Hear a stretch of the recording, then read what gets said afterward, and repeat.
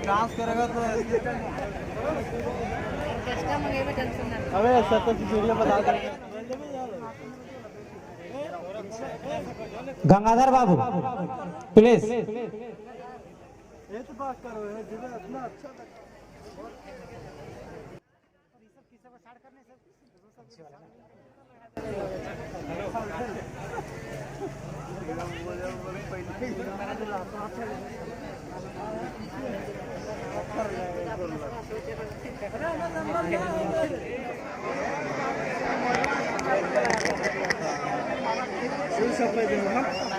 Hello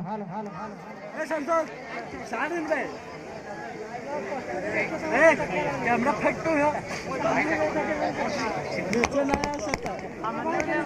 तो आगे बढ़ाते हुए जिनका आप लोग बेसब्री से इंतजार कर रहे हैं, खाना पीना बनाने छोड़ के, खाना खाने छोड़ के, उनका समय सुनने का समय आ गया है।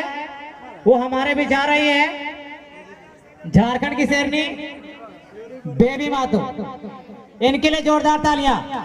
बेबी मातो जिंदाबाद, बेबी मातो जिंदाबाद, बेबी मातो जिंदाबाद, टाइगर जयराम मातो जिंदाबाद, मोतीलाल दादा जिंदाबाद, मोतीलाल दादा जिंदाबाद, दिनेश साहू जिंदाबाद, पूजा मातो जिंदाबाद, पूजा मातो जिंदाबाद, सावित्री दीदी जिंदाबाद,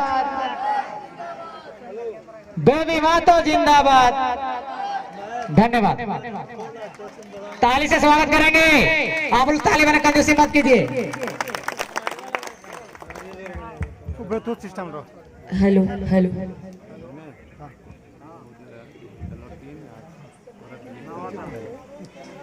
यहाँ पर जितने उपस्थित काका काकी, जेठा जेठी, दादा दीदी, हमारे छोटे छोटे भाई बहन, सभी को मेरा जोहार।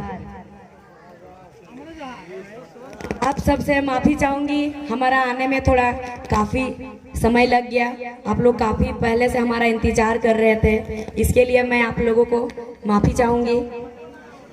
और दूसरा बात है कि मुझे खोरठा नहीं आता है, हमारा कोल्हान में खोरठा नहीं बोला जाता है, तो मैं जितना भी कहूँगी हिंदी में कहूँगी, आप लोग समझने का थोड़ा प्रयास कीजिएगा।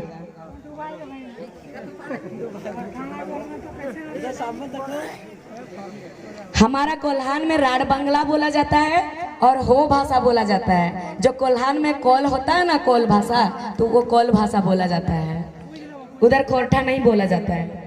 मैं बचपन से कभी खोरठा नहीं सीखी हूँ और कभी नहीं सुनी थी खोरठा।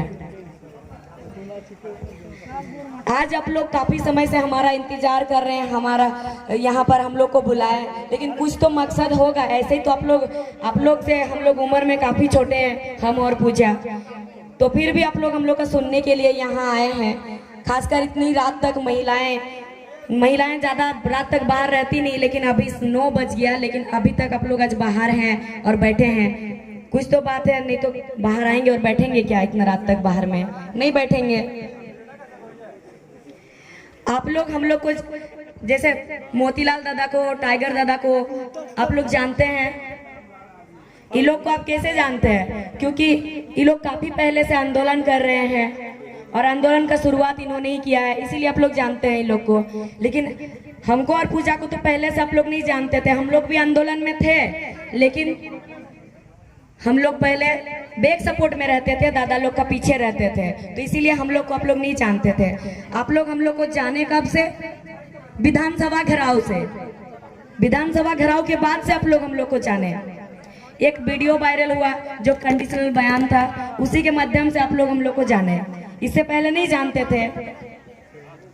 वो हुआ कैसे? बहुत किसी का मन में ये भी होगा, क्योंकि दादा लोग का मन में ये नहीं रहेगा, क्योंकि वो लोग गए हैं और हर जगह वो लोग पहुंचते हैं, जाते हैं और फोन में सोशल मीडिया के थ्रू सब चीज़ देखते हैं, तो उन्हें मालूम है।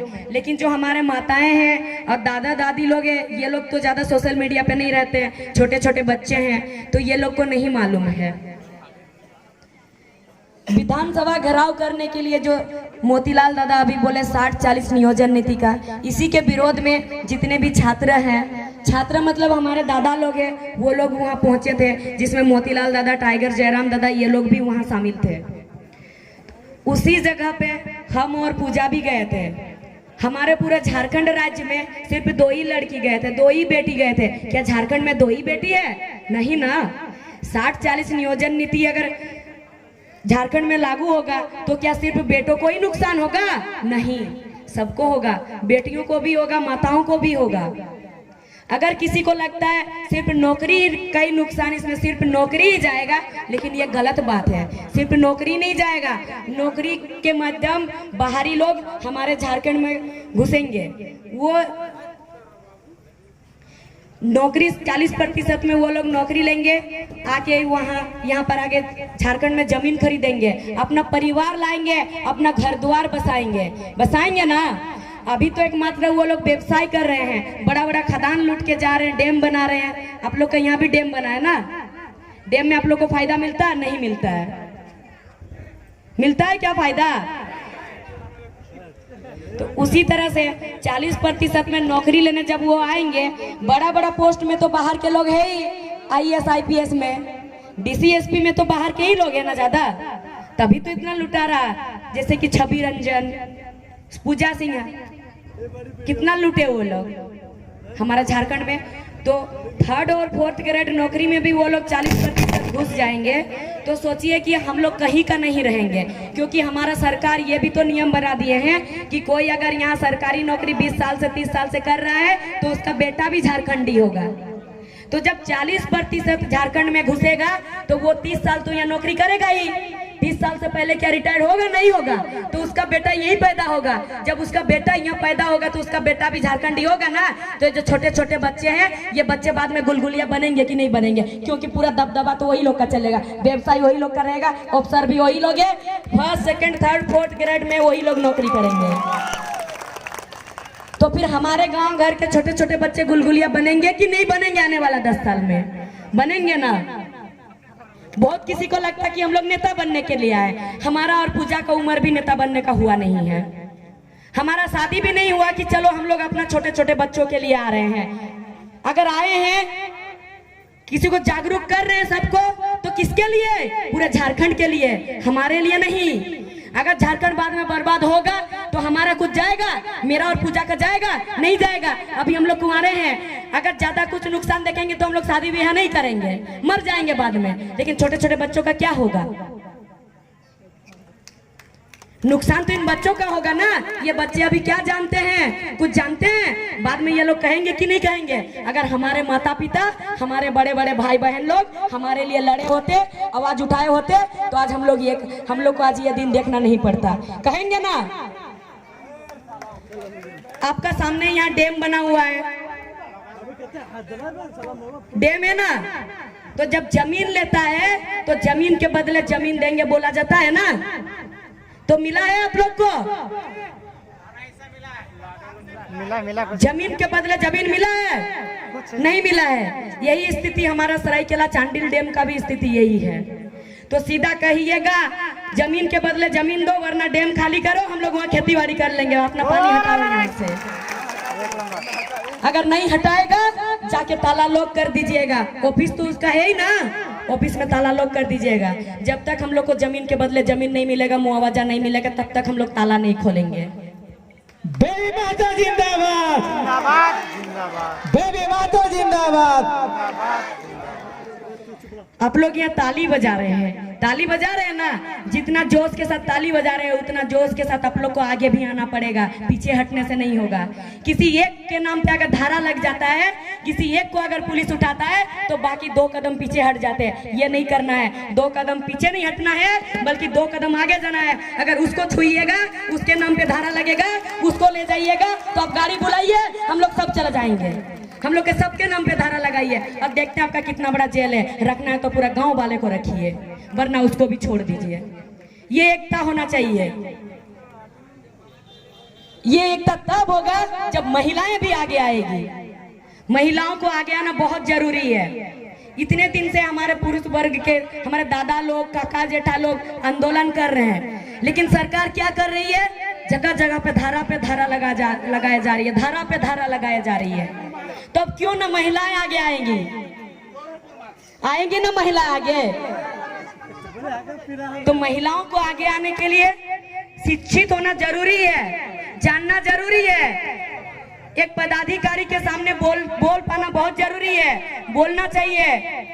और एक पदाधिकारी के सामने और नेता मंत्री के सामने कब बोल पाइएगा? जब आपके पास इच्छा होगा, जब आपको उस चीज के बारे में जानकारी होगा, तब आप आंख में आंख डाल के बात कर पाइएगा। बात कर पाइएगा ना? तो बेटी को शिक्षा कब दिया जाएगा? जिस दिन दहेज प्रथा बंद होगा। होगा ना? दहेज प्रथा कैसे बंद होगा? जितने भी यहाँ उपस्थित है, सबका घर में बेटियां हैं, है ना? सबका घर में बेटियां। तो सब आज अपना मन में गांठ बंद के यहाँ से जाइए कि हमारा बेटी को हम लोग दहेज देके शादी नहीं कराएंगे। लड़का, तुम जो लड़का वाला रहेगा, शादी करना है करो, नहीं करना है मत करो।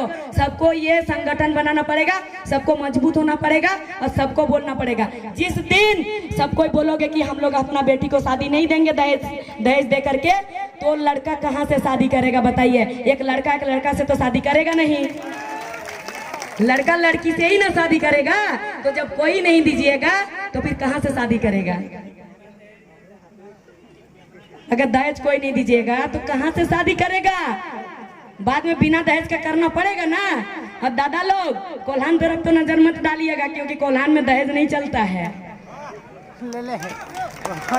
हमारा कोल्हान में जो बेटी का बाप होता है ना, कॉलर उठा के चलता है। अगर कोई लड़का बोल देगा हमको दहेज चाहिए, उसको दुआरी उसका डेगने तक नहीं देगा, भागो बोलेगा। अब उसका बेटी का दर्शन भी करने नहीं देगा, देखने तक नहीं देगा उसका बेटी को। ये स्थिति हमारे कोल्हान में। तो जब एक ही राज्य है, तो एक ही राज्य में दो तरह का नियम क्यों? कोल्हान कितना दूर है? झारखंड ही तो है। तो फिर वहां दहेज नहीं चलता, इधर क्यों झोली भर भर के दहेज चलता है? झोली भर भर के दिया जाता है ना। 7 लाख दहेज मांगता है। क्या 7 लाख वो लड़का 7 लाख का पत्ता गिन पाएगा? नहीं गिन पाएगा। तो फिर पैसा कैसे मांग देता है? 7 लाख रुपया मांगता है ना। आप लोग दुकान में सामान खरीदने जाते हैं तो दुकान से सामान भी लेते हैं, दुकानदार से, और पैसा भी लेते हैं क्या? नहीं ना, सामान लेते हैं, पैसा देते हैं। तो फिर अपना बेटी विदा करते हैं और उसके बाद पैसा भी क्यों देते हैं? आपका हीरा जैसे बेटी, किसी का नजर में उसको आने नहीं देते, इतना बचपन से पाल पोस के बड़ा किए रहते हैं, फिर उसको विदा करते, पैसा भी देके क्यों विदा करते हैं? पैसा नहीं देना चाहिए। लड़के वाले, जो लड़के के पिता होते हैं, अगर उसका बेटा सरकारी नौकरी करता है तो उनका पिता क्या कहता है कि मेरा बेटा तो सरकारी नौकरी कर रहा है, मेरा बेटा को हम पढ़ाए लिखाए हैं, दहेज तो लेंगे ही, हम 10 लाख लेंगे, 15 लाख लेंगे। अगर कोई लड़का का पिता ऐसे बोलेगा तो आप लोग सीधा बोल दीजिएगा, आप कोर्ट पेपर लाइए, उसमें साइन कीजिए, आपको 10 लाख क्या, हम 50 लाख भी देने के लिए तैयार है, लेकिन मेरी बेटी आपका घर नहीं जाएगी, आपका बेटा मेरा घर आएगा और मेरा घर में खाना वो बनाएगा, और आपका जो बेटा का जो सैलरी रहेगा, तनख्वाह रहेगा, वो मेरा घर में आएगा और हमको पालेगा, तुमको नहीं। क्योंकि तुम्हारा बेटा को तो हम खरीद रहे हैं दहेज देके, पैसा देके, तो फिर मेरा बेटी तुम्हारा घर क्यों जाएगी नौकरानी बनने और तुम्हारा वंश आगे बढ़ाने? तुम्हारा बेटा मेरा घर आना चाहिए, ये सवाल कीजिएगा, तभी दहेज प्रथा बंद होगा। और ये एकजुटता होना पड़ेगा, किसी एक के कहने से नहीं होगा। बहुत कोई कहते हैं कि मेरा बेटी को तो हम दहेज दे दिए, मेरा बेटा का भी हम लेंगे ही, तो दूसरों के साथ तुलना क्यों करते हैं? जो आपका बेटी से दहेज लिया, उस टाइम आप लोग जागरूक नहीं थे, आप लोग दे दिए दहेज, तो अभी जागरूक हो गए, अभी तो बदलाव कीजिए। अभी क्यों आप दहेज लीजिएगा? आपसे लिया गया, आपको मालूम है कि आप कितना रो रो के, जमीन बेच के, लोगों से उधारी करके दहेज दिए, पैसा दिए हैं। तिलक ही बोलते हैं ना उसको, हम लोग की तरफ नहीं दिया जाता, इसलिए इतना हमको तिलक बोलते हैं कि क्या बोलते हैं नहीं मालूम है, तिलक दिए हैं। तो फिर वो एक बार क्यों नहीं सोचते हैं कि हम मेरा बेटी को जब दिए तो इतना रोए हैं, तो हम भी किसी का बेटी का, कोई बेटी का बाप से लेंगे, वो भी कितना रोएगा? ये सोचना तो चाहिए एक बार। इंसान तो सब है।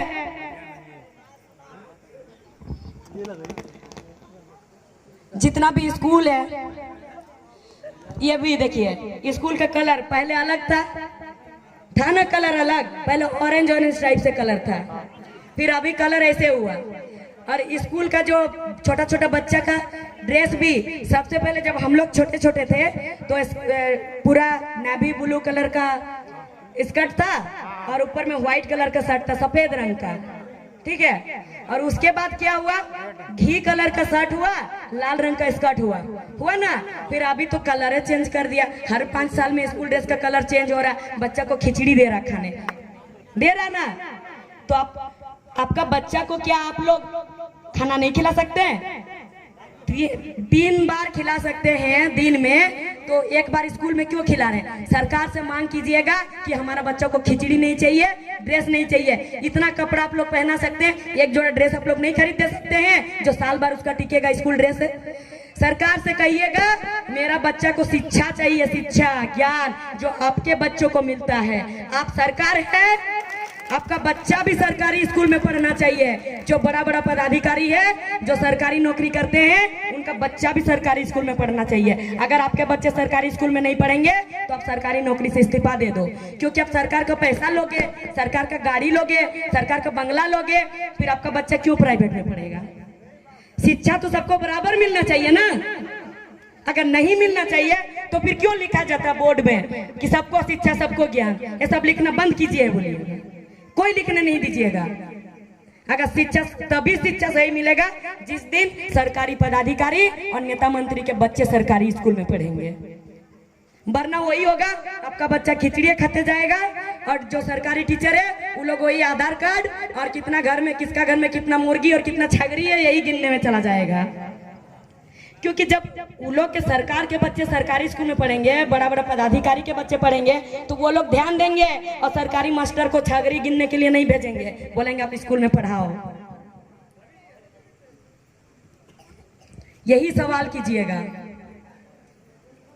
नेता मंत्री आते हैं, पार्टी वाले लोग आते हैं गांव में, आज तक कोई आप लोगों को अपना अधिकार बताया नहीं।